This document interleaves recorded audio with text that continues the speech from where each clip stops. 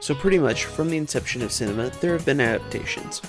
For a long time, most of these were books and plays, and like most movies, there were good ones and bad ones. But starting in the late 70s, a new way to tell stories began to develop: video games. And Hollywood was like, this.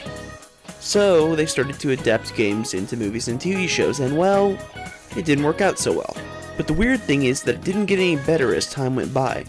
Directors seemed to be incapable of adapting what made video games enjoyable into a non-interactive format. But that changes in 2011, and it changes with this guy. Adapted from the 2008 PS2 cult classic RPG Shin Megami Tensei Persona 4, Persona 4 the animation follows this guy, a young transfer student carrying out his day-to-day school life in the sleepy little town of Inaba. There's absolutely nothing here.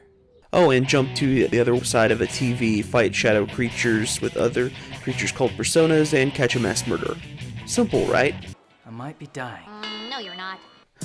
But back to this guy for a second. I bet you were wondering what his name is. Well, he doesn't have one. He's an avatar character controlled by the player in-game. You name him, talk for him, and make all the decisions for him. He's just a blank slate. So how does this character with no character act as the protagonist of a TV series? Well, it's how the production team answered this that makes Persona 4 a successful video game adaptation. And the answer is, they didn't. First, let's talk about his name. The team settled on the name Yu Narukami. Why? Well, because Yu is a pun of the English word you. So just like in the game, you are, and is, the main character of the story. I am thou. Thou art I. When we first meet Yu, he's quiet and reserved and lets others do most of the talking. I'll just leave him be. But as he gains experience within the world, we start to see him level up his personality and overcome challenges. For example, take a look at Yu's introduction to his class as shown in Persona 4 the animation. Here is our new transfer student. He got booted from our putrid capital to out here in the boonies, basically making him a fugitive. Go on, introduce yourself. I'm Yu Narukami. Ethan, you were just ogling that innocent young girl by the window, weren't you? Your name is going down on my rotten little shit list. I don't know what filthy institution you come from, but we don't do that here. And Persona 4 the Golden animation's portrayal of Yu as a New Game Plus character. 不本意ながら転校生を紹介する。ただれた都会から偏僻な地方都市に飛ばされてきた哀れなやつだ。いわば落ち武者だ。誰が落ち武者だ。貴様。よろしくお願いします。At the midpoint of every episode, we get to see a graph that shows us exactly how his actions have affected his personality. And over the course of the series, we can see growth. This graph is pulled directly from the game and gives nuts and bolts RPG fans some hard numbers of character progression to look at. Even as Yu begins to grow as a character, his emotions are often subdued as to let the audience interpret Yu's reactions.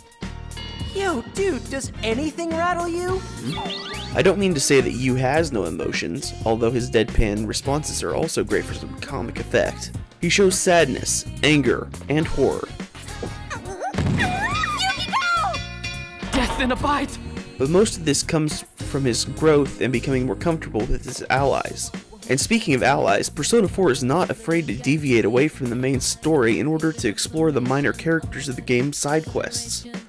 One of the overarching themes of the Persona games is that who you are as a person is determined by the bonds you share with others. So letting us take a breather and meet the residents of this small town, we in turn see Yu affect each of their lives. And then that is displayed in the strength of his persona powers. Every action Yu takes is decided upon by the series director, Seiji Kishi.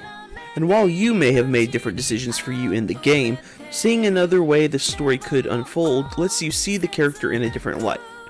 For example, my Yu could be reserved and introverted, as opposed to Kishi's super outgoing Yu. And that's the beauty of video game narratives. They can create stories unique to the player, and the sharing of these stories builds community between the players.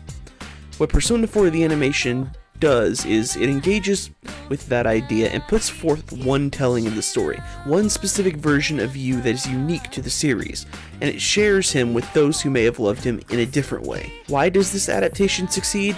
Because instead of changing the world to fit a vision, they let the vision inhabit the world and merely wrote the result.